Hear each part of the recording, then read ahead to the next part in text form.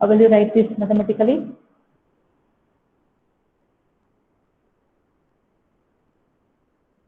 How will you write it mathematically?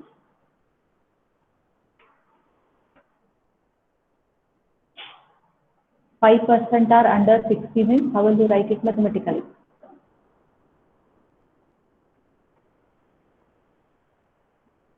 Quick. 5 by 100 into 60. No. Why into 60 others? What will you write? X less than 60 equal to 5%. Yes. Probability that X is less than 60 is equal to 5%. And what about this? 40% are between 60 and 65.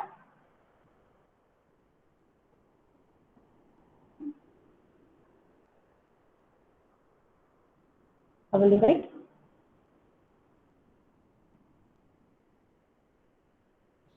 P of X is less than 60 and greater than 65 is equal to 40%. How to write it? Less than 60 and greater than 45 means probability that 60 less than X less than 65. yes. Less than 65. Oh, X lies between 60 and 65. That means 60 less than X less than 65. It is 40%. So we'll get probability that X is less than 60 is 0.05 and probability that 60 less than X less than 65 is 0.4. 40 by 100. Here it is. 40 divided by 100, you will get 0.4. This is 5 divided by 100, so you will get 0.05. Now with this, to find the mean and standard deviations. So for that, we need to first put it in terms of Z here. Okay. So we know that Z is equal to X minus mu divided by sigma. So here you have 60. For X is equal to 60, Z is equal to 60 minus mu by sigma. Let us call this as Z1. For X equal to 60, let us call the 60 minus mu by sigma as Z1 and further call it as equation 1. And the other value for this other probability given, again it is 60 here, already we have considered that value 60. One more value is 65. So for X is equal to 65, Z is equal to 65 minus mu by sigma, that is Z2. Let us call it as Z2. Now we have got two equations in terms of your Z1 and Z2. Now what we write is probability that X is less than 60 is 0.05. This implies probability that instead of X we'll write Z, then instead of 60, when X is 60, we have Z1 there. So Z is less than Z1 is 0.05. Probability that we have X is less than 60 is 0.05. I've taken that only. Probability that X is less than 60 is 0.05. This is given to us. Now we standardize this variable. Instead of X, we want to write it in terms of Z. For that, we will put X equal to 60 in this relation, Z equal to X minus mu by sigma. If you put X as 60, we get 60 minus mu by sigma. So for our convenience, let us put it as Z1. Now we have probability that Z is less than Z1. X is less than 60 means we have Z is less than Z1. It is equal to 0.05. Let me consider the normal curve. So this is, let us suppose, a curve and some value Z1 is there. Now we want X, Z is less than Z1. This is our Z less than Z1. How will you find this area? Z less than Z1?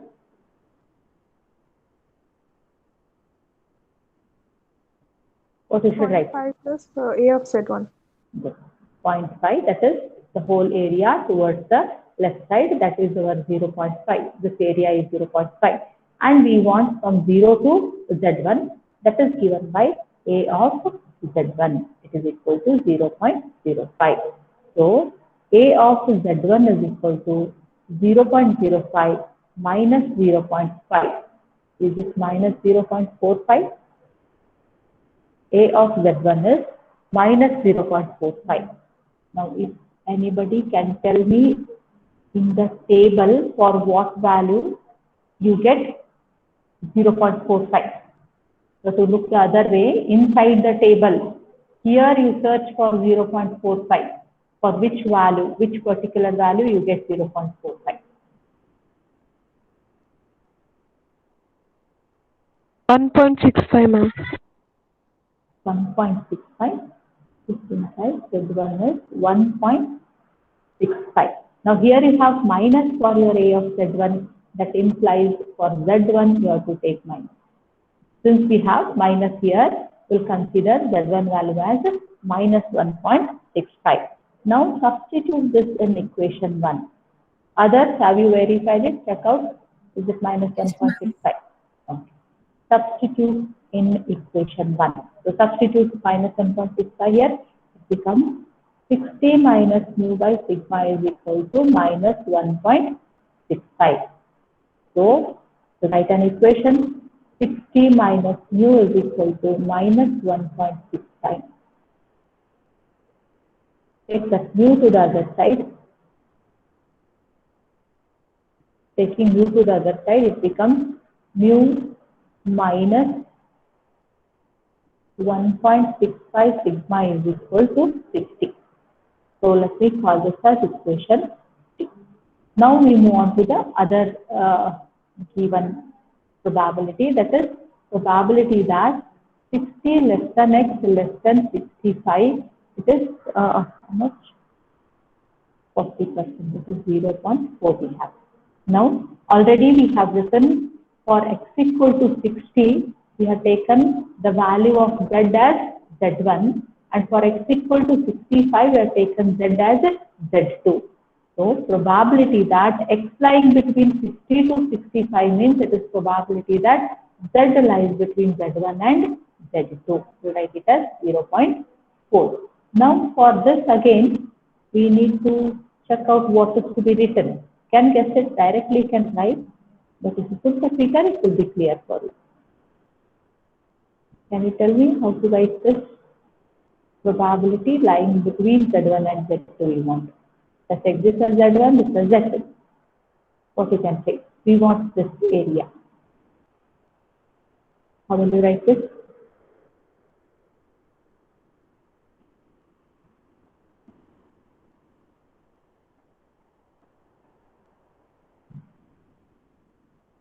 How to put this?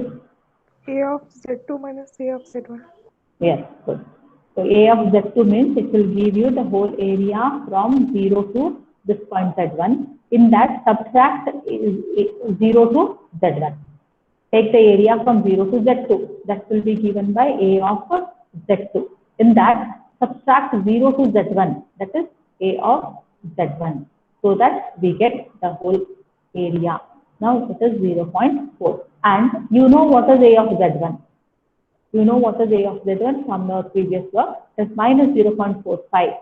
So A of Z2 plus 0.45 is 0.4. A of Z1, it is minus 0.45. So minus of minus it becomes plus 0.45 is equal to 0.4. So A of Z2 is 0.4 minus 0.45. It is minus 0.2605. Yes, ma'am. Now look at the table again and tell me the value of Z2. Again search inside the table where you have 0.05 in this. For what value of your Z?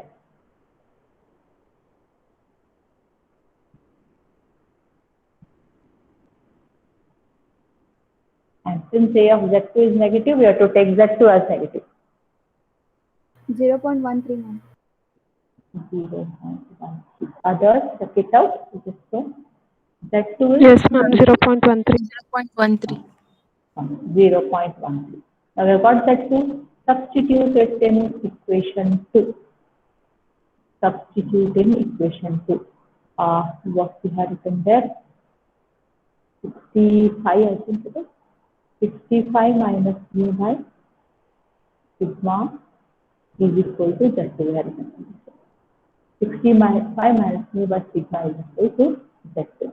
The substitute your Z2, that is minus 0.13. 65 minus mu is equal to minus 0.13 sigma, or we have mu minus 0.13 sigma is equal to 65. Solve this as equation 4. Solving 3 and 4. Use your calculators to solve this. Don't solve analytically. It becomes lengthy. It takes lots of time. Solving 3 and 4. Tell me the answers of mu and sigma.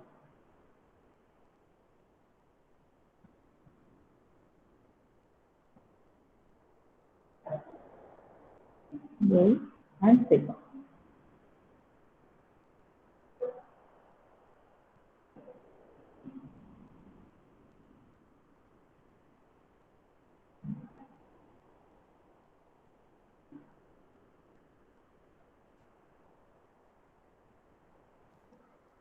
$65.427. 65.427 sigma. 3.289.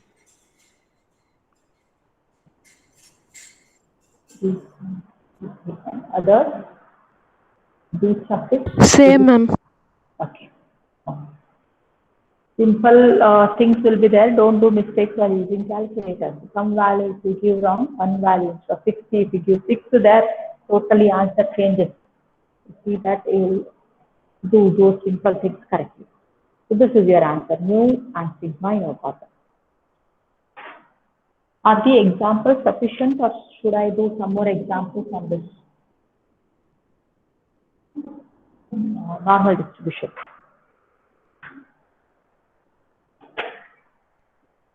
Be quick, tell me what's to be done. Some more examples, ma'am. Some more. And B division students, if you have, so 2 times it happened, every time, I don't know why it happens with your class only, Tuesday every time especially.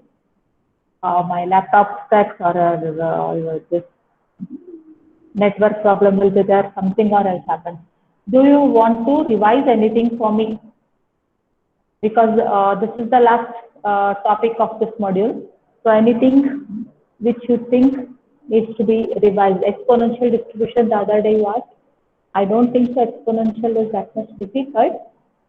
Even if you have any doubts regarding any of the matters in this,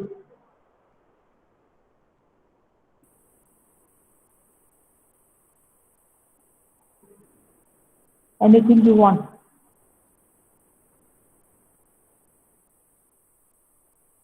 Tell me quickly. Ma'am, give Any doubt? some questions on normal distribution, ma'am. We will solve it, ma'am. Homework already I have written them. So that's why I'm asking whether you will do them or should I do them.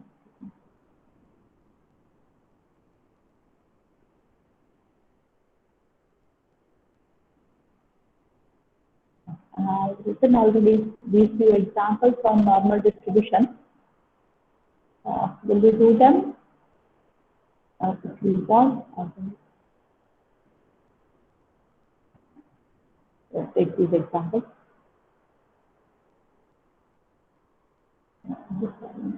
Whether it is 160 centimeters or not.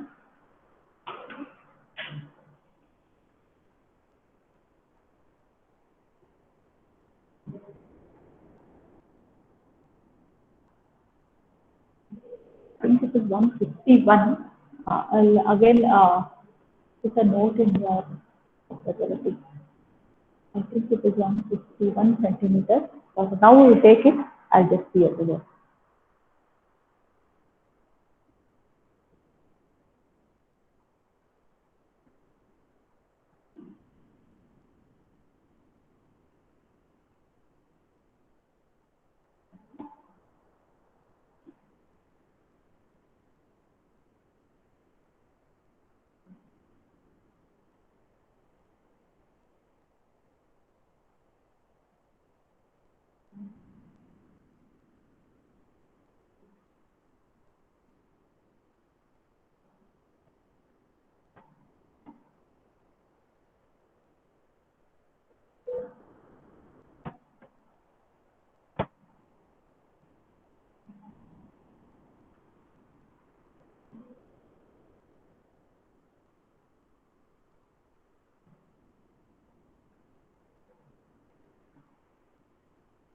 Shall I scroll up?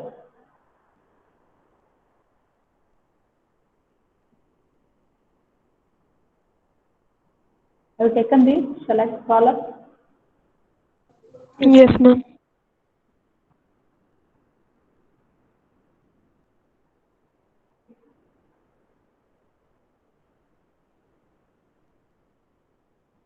Take these examples.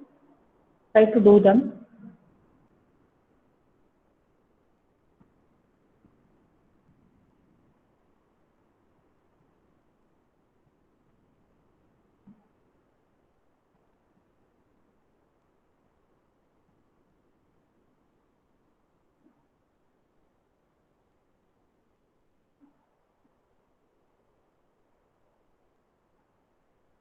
Taken? Yes, ma'am. I'll just go back and I'll just solve one more example from this text. One more example. Right?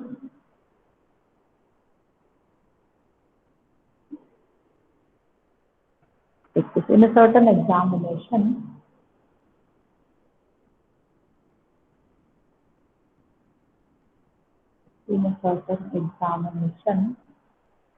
the percentage of candidates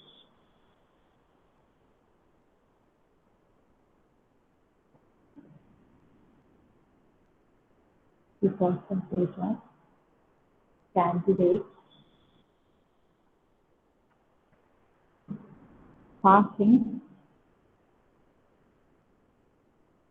and getting distinction were 45 and 9 respectively. Estimate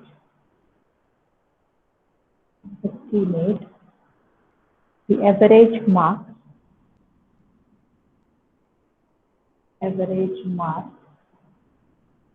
obtained by the candidate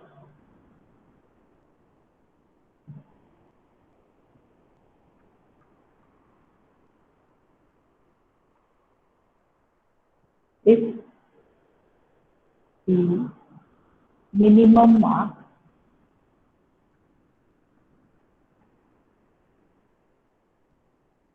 minimum passing mark and distinction mark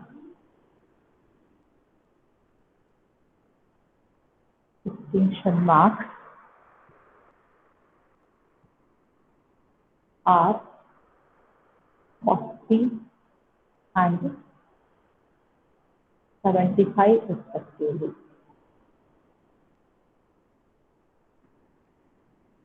Read the question, understand it correctly, and go for writing it.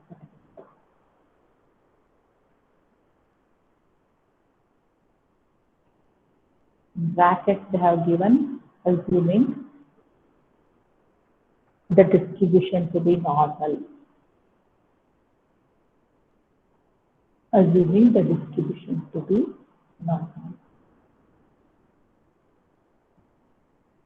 Yes. Read it and tell me what you will write mathematically.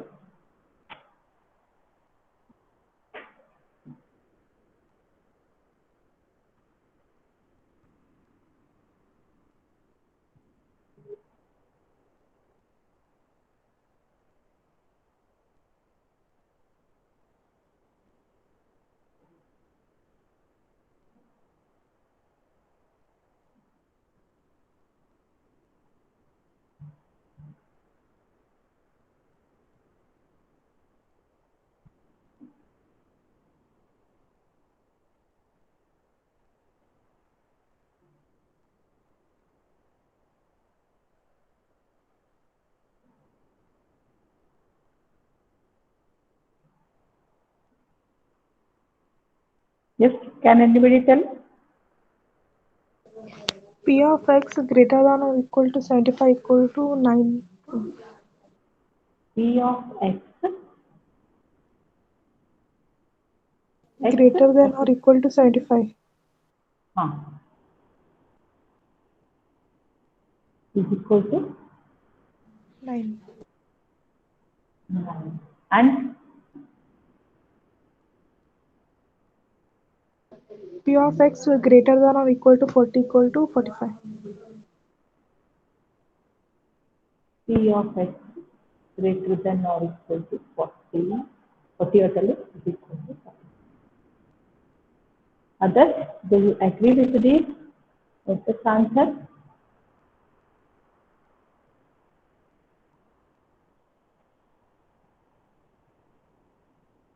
Is it right? 40 less than X less than 75. 40 less than X Less than 75. equal to how much? Equal to 45. Read the question that I tell you. Whenever you are doing probability, read them twice, thrice. Go through it unless and until you get it correctly.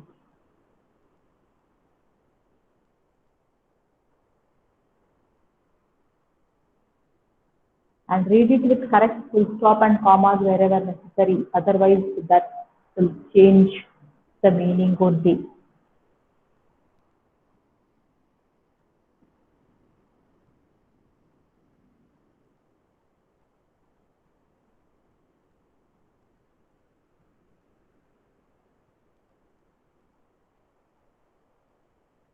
Is anybody?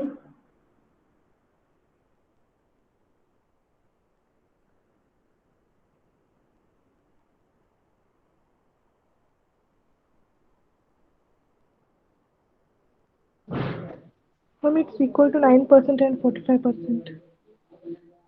9% and 45%. 45%. See, that's why I tell you. See, probability you are writing, how can it be 9? At least think that way. The probability whenever you write should not exceed 1. Keep that in mind. If you are writing greater than 1, somewhere you have done mistake. So to understand that. In a certain examination, the percentage of candidates passing is 45. Respectively, they are given. So let us consider one by one. Percentage of candidates passing is 45 and the minimum passing marks is 40. Minimum passing marks is 40. That is, students, they have to get minimum 40, at least 40. That is probability that X is greater than or equal to 40 is how much?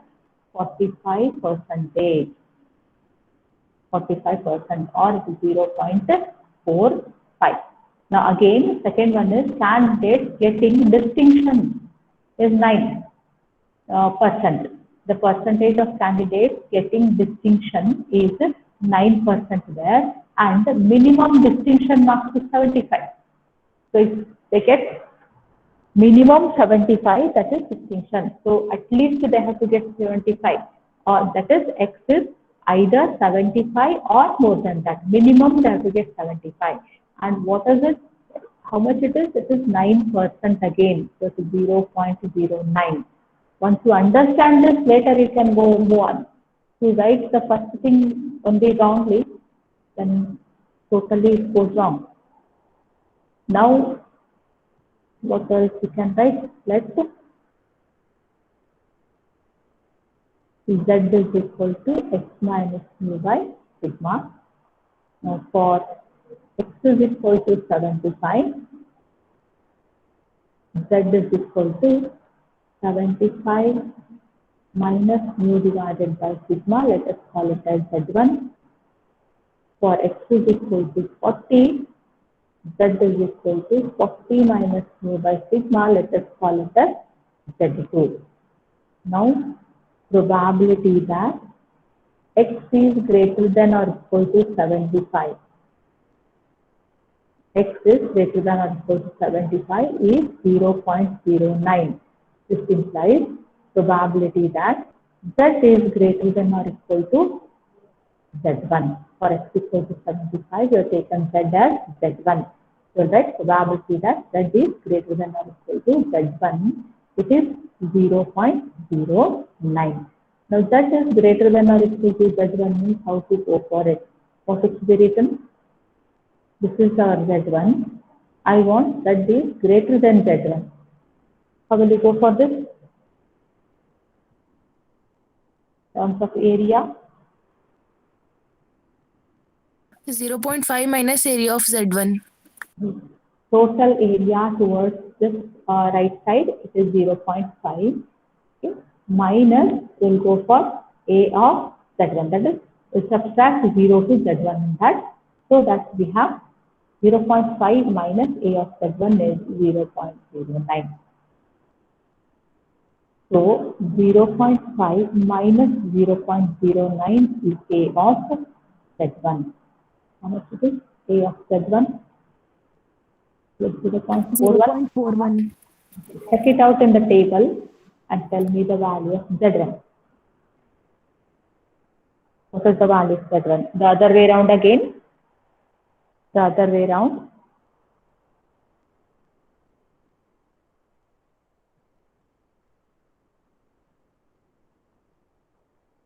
Check out where you have 0.41 in the table. For what value of Z? You have 1.35. 1.25. 1.35, ma'am. 35. Okay. Now we have got Z1. Substitute it in, let me call this as Z1 and this as 2. Substituting in 1.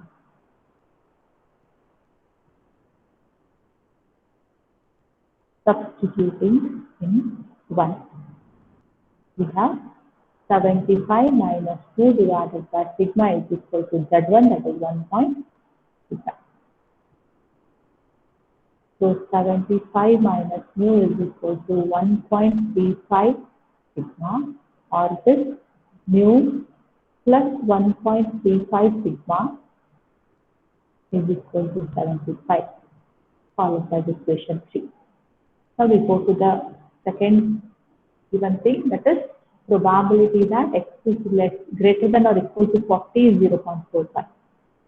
X is greater than or equal to 40 is 0.45.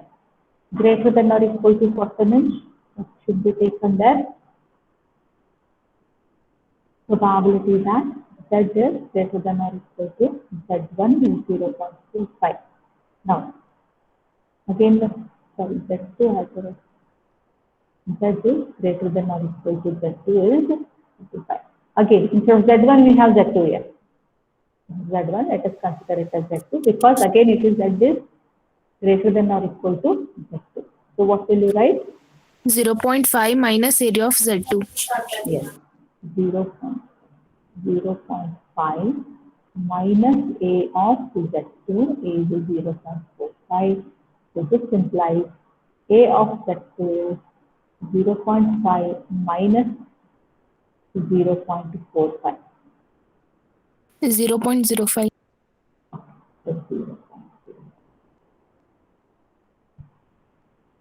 Tell me the table value. 0.13, ma'am. Z2 equal to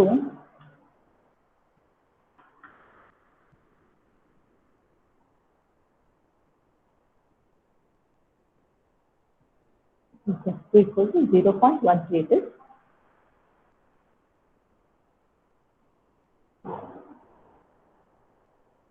Is it right? 0.16. Yes, ma'am. Yes, ma'am. Substitute into. Substituting into. What we get? 40 minus mu by sigma is equal to 0.13. Or 40 minus mu equal to 0.13 sigma. Mu plus 0.13 sigma is equal to. So solve equation 3 and 4 to get the value. What do you want actually? What is the question asked there? What they asked you to calculate? Average marks. Average, ma'am. Means what? Which quantity? Yes?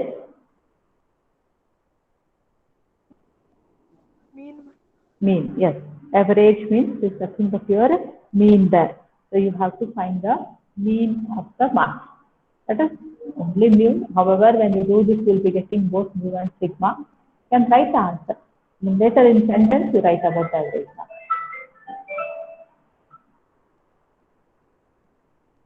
Mu is equal to see what you have. 36.2704. And the sigma? 28.68. Okay. 28.68. Others, have you got the same answer? Okay, 36.4. Yes, sir. Okay. Average marks. Is it? They asked average marks. Is equal to 36.4.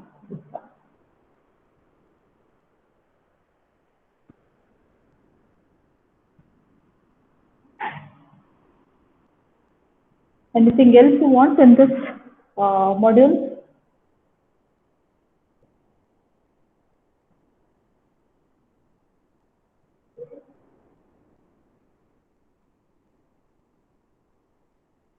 No, ma'am. Exponential, have you understood? Did you try those examples on exponential? Not that much difficult. Exponential is easy. A little bit you missed, I think, on that day.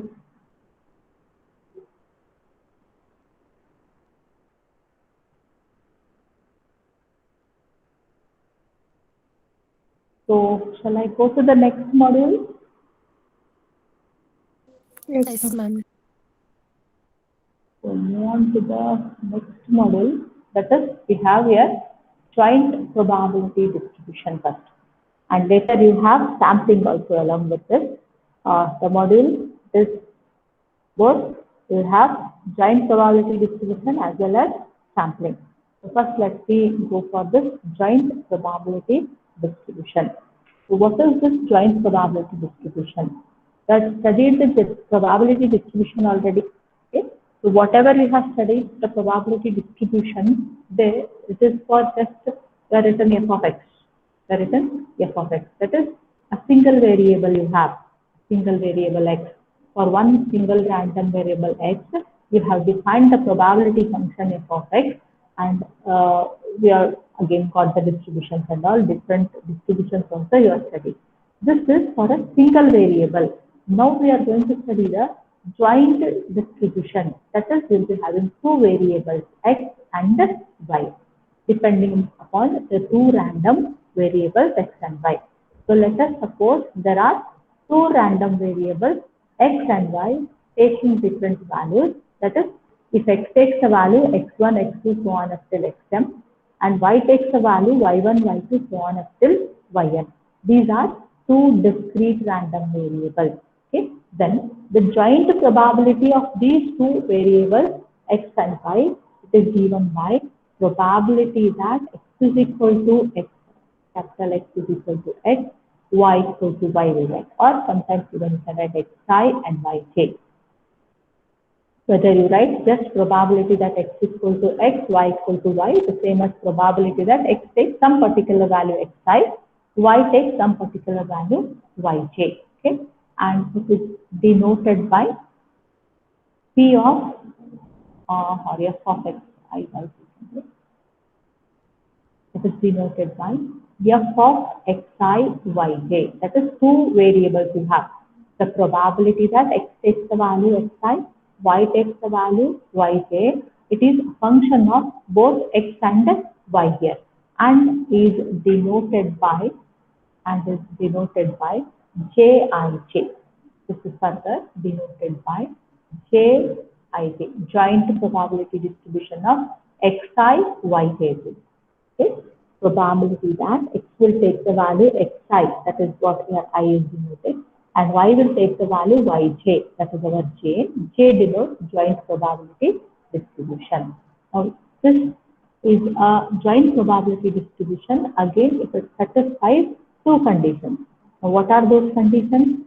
First one is f of xi yj must be greater than or equal to 0. That is, each probability must be greater than or equal to 0. That is one of the conditions.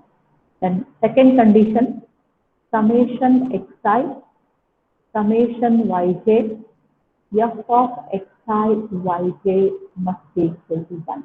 Sum of all the probabilities. First condition tells again, each probability has to be greater than or equal to 0. And second condition tells that sum of all the probabilities must be equal to 1. The same concept, but defined for two random variables here. There you had only one variable x which used to vary. Now here you have two variables x as well as y. X will take the value x1, x2, x3. It will take the value x1, x2, x3. Somewhere we are writing xi. In general it is. So on up till xn or xm. And similarly, y will take the value y1, y2, y3, so on up till yj in general, and then will continue up till yn. X will take the value from x1 to xm. I denotes in general any of the values there. Similarly, yj means j denotes any of the subsets. So probability that x will take the value xi, y will take the value yj, it is given by f of xi yj. Instead of writing f of xi yj, even you can write it as just jij. That will denote the joint probability distribution of x and y. And this is a joint probability function if it satisfies two conditions. First condition is each probability has to be greater than or equal to 0. And second condition is sum of all the probabilities must be equal to 1. As x varies from 1 to m and y varies from 1 to n, if you take all such possibilities, summation of all those, it should be 1. That is, for x equal to 1, y will take all these values. That will give one set. Again, for x equal to 2, it will take all the values. For x equal to 3. So like this, if you take all possible combinations of all xi and yj, the sum of all such probabilities must be equal to 1. Then we call it as a joint probability distribution function. Okay. And as we write the probability distribution, like we'll say tabulate the values of x and f of x in our usual distribution. We'll write all the values of x and we'll write what are the f of x or your p of x values. We call it as a distribution table. So similarly, we will go for the joint probability distribution table here. So you can see the table here. The set of all values of the function f of xi yj. All possible values of this jij for I equal to 1 to m and j equal to 1 to n is called the joint probability distribution. So this is the joint probability distribution table. So what we have written, x and y are there. As discussed, x will take different values. X is written vertically, x1, x2, x3, so on. It will take up to xm. Similarly, y takes the value y1, y2, y3, so on up till yn. And this value here, j11 will write. Probability that x is x1, y is y1 is denoted by j11. What will you write here? What will you write here? J12. That is probability that x equal to 1 and y equal to 2. It is j12. So on we continue. So this value will be j1n. Probability that x is equal to x1 and y is equal to yn. So this way we'll write the table there. This becomes j21, j22, so on up till j2n. It continues. It continues. So the last value, last row will be probability that x will take the value xm, y will take the value 1. Again, x will take the value xm, y will take the value y2, so on. And last one, x takes the value xm, y takes the value yn. So this is how the table will be written. And one more column will be put there. One more row here, one more column here. So here, the last one you can see that it is written as sum. This way it is sum. And again here is also it is sum. That is sum of all these probabilities. We're going to write the sum of all these probabilities here. So what is the sum of the first row that you are going to write here? It is the sum that y will take the value y1. Probability that y will take the value y1 for different values of x. Probability that how should I write? Y will x takes different values, y will take the value y1 only. For all different values of x, whatever the value of y will be there, it will be fixed y1. So that will be written here. It is written as g of y1. It is written as g of y1 because y is fixed as y1, x varies from 1 to m. Similarly, this is written as g of y2. Y probability that y takes the value y2 for different values of x. So on we will write. And here again we will write f of x1. Probability that x will take the value x1 for all different combinations of y. It is written as f of x1. Similarly, here it is f of x2. Probability that x will take the value x2 for all different combinations of y. So this is what we'll be getting here. So on at last we will have f of x m and here it is g of y n. And when you add these all terms, it has to give you 1. Similarly, when you add these all terms, it has to give you 1. This is nothing but the sum of all values. You are writing all this sum here. You are writing the second row sum here. You are writing the last row sum here. So if you add all these, it is nothing but sum of all the values in the table. So it has to give you 1. Similarly here, if you add, when you write g y1, it is sum of the first column, then the second column. So you'll get all the nth column values here. So when you add these last row, it is nothing but the sum of all the values in the table, and we have to get it as 1. So this is how we write the joint probability distribution table. And these last ones, whatever we have written the sum there, these are called as the marginal probability distribution. The last row, that is sum where we have written, these are called as, this is the marginal distribution of x we say, and this is the marginal distribution of y we say. That is, when y is y1, this is its probability.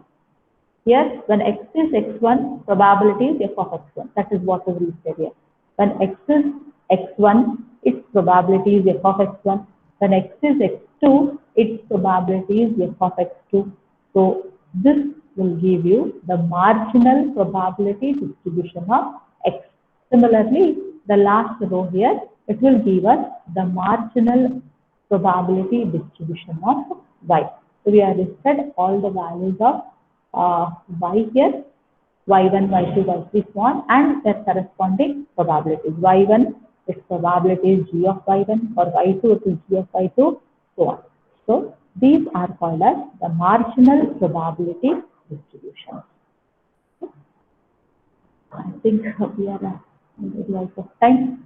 Let me continue in the next class. And lateral entry students, this joint probability distribution is very much simple. See that to do those examples correctly.